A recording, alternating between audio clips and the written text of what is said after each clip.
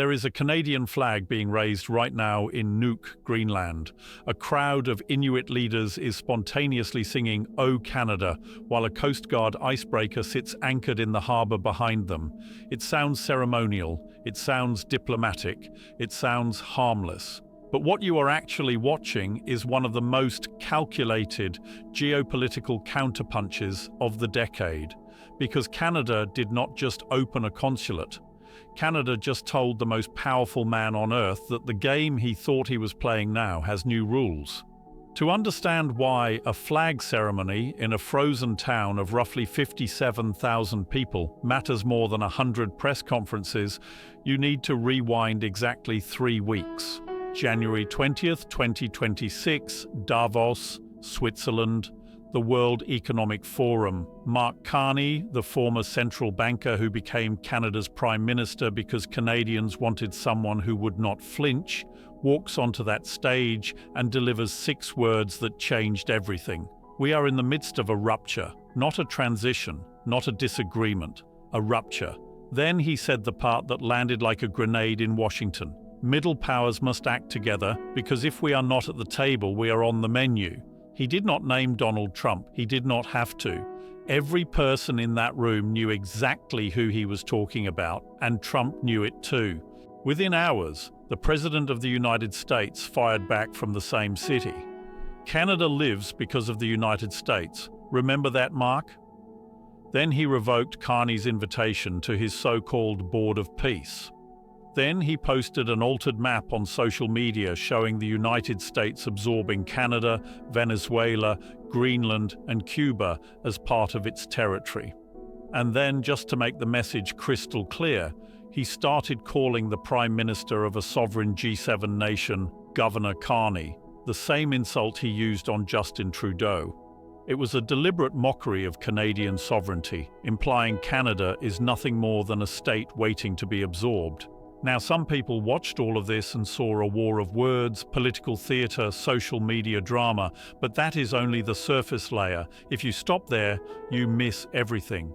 While Trump was posting maps and nicknames, something far more consequential was happening behind closed doors. The Financial Times broke a story that Trump administration officials had been meeting directly on multiple occasions with far-right separatists in Alberta, not through back channels, not through intermediaries, direct meetings with people who openly want to break their province away from Canada and attach it to the United States. Think about what that means for a second. A NATO member state's government officials actively cultivating separatist movements inside another NATO member state. Steve Bannon went on the record calling Canada's Arctic its soft underbelly and suggesting Canada could be the next Ukraine. That is not just rhetoric. That is a playbook. Inflame internal divisions. Cultivate separatists. Use economic pressure to weaken central authority. Apply leverage when the target is most vulnerable. Foreign Policy magazine published a detailed analysis drawing the parallel explicitly. A power seeking to expand its borders by inflaming nearby separatist movements to assert regional dominance and potentially cleave apart neighboring states. Those are the exact mechanics that preceded the crisis in eastern Ukraine in 2014. The only difference this time is that the power doing it is not Russia, it is the United States. Now here is where the story takes a turn that almost nobody is talking about. Mark Carney did not panic, he did not capitulate, he did not tweet back.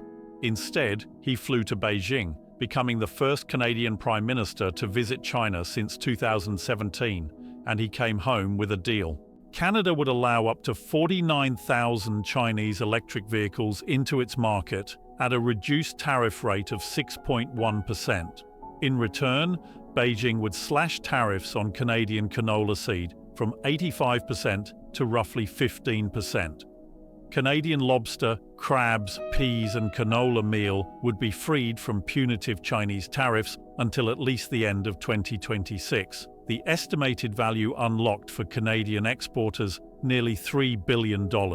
Trump's response was immediate.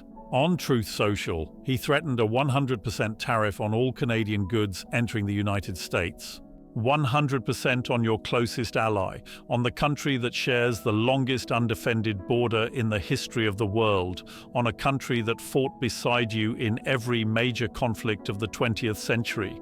His words, "China will eat Canada alive," completely devour it, including the destruction of their businesses, social fabric, and general way of life. But here is the detail that reveals everything about how this game is actually being played.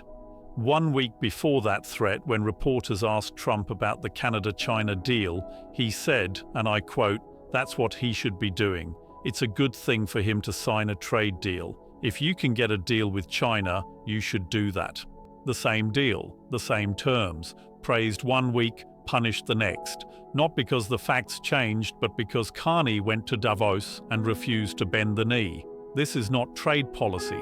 This is personal retaliation dressed up as economic strategy. And Carney's response? He did not back down. He literally rolled his eyes when told that Treasury Secretary Scott Bessent claimed he had aggressively walked back his Davos comments during a phone call with Trump. To be absolutely clear, Carney told reporters, "I meant what I said in Davos." Then he told reporters he had informed Trump directly that Canada plans to diversify away from the United States with a dozen new trade deals. Let me show you what those deals look like, because this is the part that should make Washington nervous. In 6 months, Canada has signed 12 trade and security agreements on 4 continents, a comprehensive strategic partnership with the European Union, including joining SAFE, the European Defence Procurement Framework, a new strategic partnership with China, a new partnership with Qatar, active negotiations with India, ASEAN, Thailand, the Philippines, and Mercosur. Canada is pushing to build a bridge between the Trans-Pacific Partnership and the EU, which would create a new trading bloc encompassing 1.5 billion consumers. Carney has set a specific, measurable target: double Canada's non-US exports within the next decade. Now, some will say that is impossible. The United States absorbs close to 70% of Canadian exports. You cannot diversify away from that overnight. And they are right, you cannot do it overnight, but you can start. And more importantly, you can signal to every other country on Earth that the old rules no longer apply, that the world's most reliable ally just became its most unpredictable, and that there is space for a new kind of architecture. But Carney did not stop at trade. And this is where the story becomes something unprecedented in modern North American history. Canada announced a military spending increase that dwarfs anything since the Korean War. The defence budget for 2025-2026 has been set at 62.7 billion Canadian dollars, enough to finally hit NATO's 2% of GDP target for the first time since the benchmark was established in 2014. But that is not the headline. The headline is that Canada committed to spending 5% of GDP on defence by 2035, a target agreed upon at the NATO summit in The Hague. The total planned defence investment over the next decade, $900 billion. And here is the kicker. $2 billion of the new spending is specifically earmarked to diversify Canada's defence partnerships and reduce military dependence on the United States. Think about what that means. Your closest ally is now spending billions specifically to reduce its dependence on you. Carney said it out loud: we should no longer send 3/4 of our defence capital spending to America. Canada is reviewing its $13.2 billion purchase of 88 American-made F-35 fighter jets. Only 16 have been firmly committed. The rest are under review. Canada is looking at European alternatives. Canada is joining Europe's ReArm initiative. Canada is buying Australian radar systems for Arctic defence. A Nanos research poll from late 2025 showed that a strong majority of Canadians support the increased military spending even at the expense of social programs. And 56% of Canadians now say the United States is having a negative influence on the world. Retired Major General Scott Clancy, who served as Director of Operations at NORAD, put it this way: What lingers is an underpinning of distrust that is no longer emotional. It is factual. It is no longer going to be a relational approach to the United States. It is going to be transactional.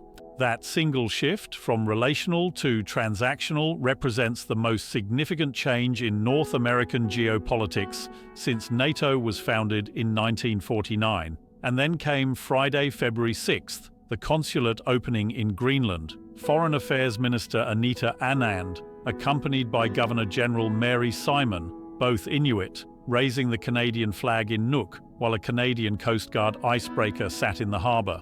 France opened its own consulate the same day. A coordinated message from 2 NATO allies to a third: "We see what you are doing, and we are planting our flags in the territory you tried to take." The Inuit delegation from Canada brought their own message for Trump. Natan Obed, president of Inuit Tapiriit Kanatami, said it plainly: "I can't even imagine what it is like for the Inuit here to read about yourselves in the papers in such ways that are disrespectful." Peter Atami, president of Makivik, was more direct. "We are one people. We don't want to be controlled anymore." Now some will say this is just symbolism, flags and speeches, and maybe they are right that a consulate alone will not stop a superpower. But here is what the symbolism represents. It represents a country that has decided it will no longer play defense in a game designed by someone else. It represents a middle power that has realized neutrality is no longer an option and silence is no longer safety. It represents a line being drawn, not in blood, but in policy, trade, alliances, and identity. It is Canada saying, "You do not get to decide our future, not through threats, not through tariffs, not through maps posted online, not through cultivating our internal divisions." It is Canada telling Washington that intimidation will be met with insulation, pressure will be met with partnerships, and disrespect will be met with resolve. That is what you are watching in Nuuk, not a ceremony, a signal. Because in a world where power has become unpredictable, the smartest move is not to confront it head-on and not to submit to it either. The smartest move is to make yourself indispensable everywhere else. And that is exactly what Canada is doing. One flag, one deal, one alliance at a time. A world that is rapidly reorganizing itself around the assumption that the United States, under Trump, is no longer a reliable partner. It is a variable, it is a risk factor, it is something you hedge against, not something you lean into. And this is where it starts affecting you personally in ways that are easy to miss but impossible to avoid. If Canada successfully diversifies even a fraction of its trade away from the United States, that means fewer Canadian resources flowing south at preferential rates. Canada is the largest foreign supplier of oil, natural gas, electricity, steel, aluminum, and lumber to the American market. If those supply chains get redirected, even partially toward European and Asian buyers, the cost gets passed directly to American consumers. The lumber that builds your house, the oil that fills your tank, the electricity that powers entire northern states, the aluminum in your car. None of that stays cheap if Canada stops treating the US as its default destination. And the defense realignment has its own set of consequences that go far beyond symbolism. If Canada stops buying American jets and starts buying European ones, that is billions of dollars redirected away from American defense contractors. Jobs in Georgia, jobs in Texas, jobs in Connecticut. All of that money and all of that industrial capacity starts flowing instead to European factories and supply chains. And why? Because the President of the United States decided to call a sovereign leader governor and post cartoon maps on social media as if geopolitics were a video game. Those gestures might feel powerful online, but in the real world, they come with a price tag measured in factories, wages, and influence. Now, some will argue this is Trump playing hardball, that the pressure is designed to force Canada into making concessions on trade, on defense spending, on border security, and maybe that was the original calculation. But the calculation failed. Because instead of getting a more compliant Canada, Trump got a Canada that is now systematically building an entire global architecture designed to function without American participation. Not against the US, in a dramatic, hostile sense, but simply without it. And in geopolitics, being left out is often more damaging than being opposed. Here is what you need to watch in the coming weeks and months if you want to understand where this is going. The USMCA, the trade agreement that protects Canada from the worst of Trump's tariffs, is up for review this year. Trump's trade representative, Jamieson Greer, has already said the administration plans to revise it, review it aggressively, or even exit it. If the US pulls out, it does not just hurt Canada, it destabilizes the entire North American economic zone. It sends a message to every investor on the planet that long-term agreements with Washington are conditional on the president's mood. And it pushes Canada even faster toward the alternative networks it is already building. Watch for Canada's trip to India, watch the Mercosur negotiations in South America, watch the Trans-Pacific to EU bridge proposal, watch for new defense procurement deals with European and Indo-Pacific partners, watch the USMCA review hearings, and watch closely whether the Supreme Court rules that Trump even has the legal authority to impose these tariffs under the International Emergency Economic Powers Act, because justices have already appeared skeptical about how far that power can stretch in peacetime. If the court clips that authority, it will expose just how fragile Trump's entire tariff strategy really is.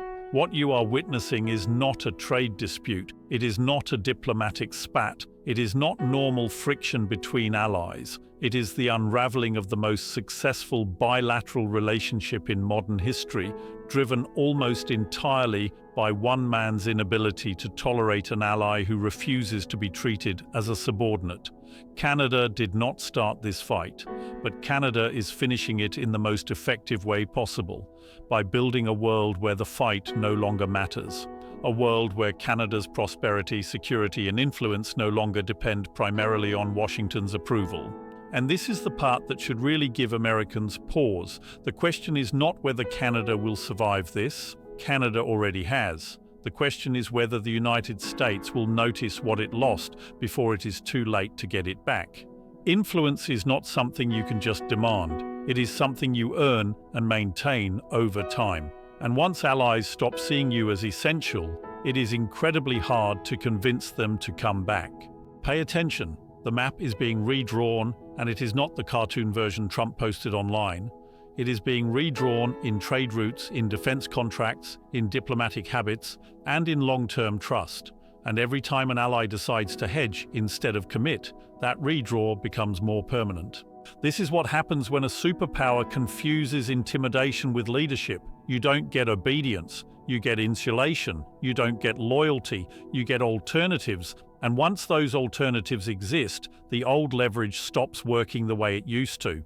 The world is not waiting for the United States to collapse, but it is learning how to function without it at the center of every decision. That is the shift. Quiet, structural, hard to reverse. If this changed how you see the map, then you already understand what is happening. The next moves in this game are coming fast, and they will not look dramatic at first. They will look like paperwork, contracts, memorandums of understanding, and quiet ceremonies. But those are the things that actually change the world.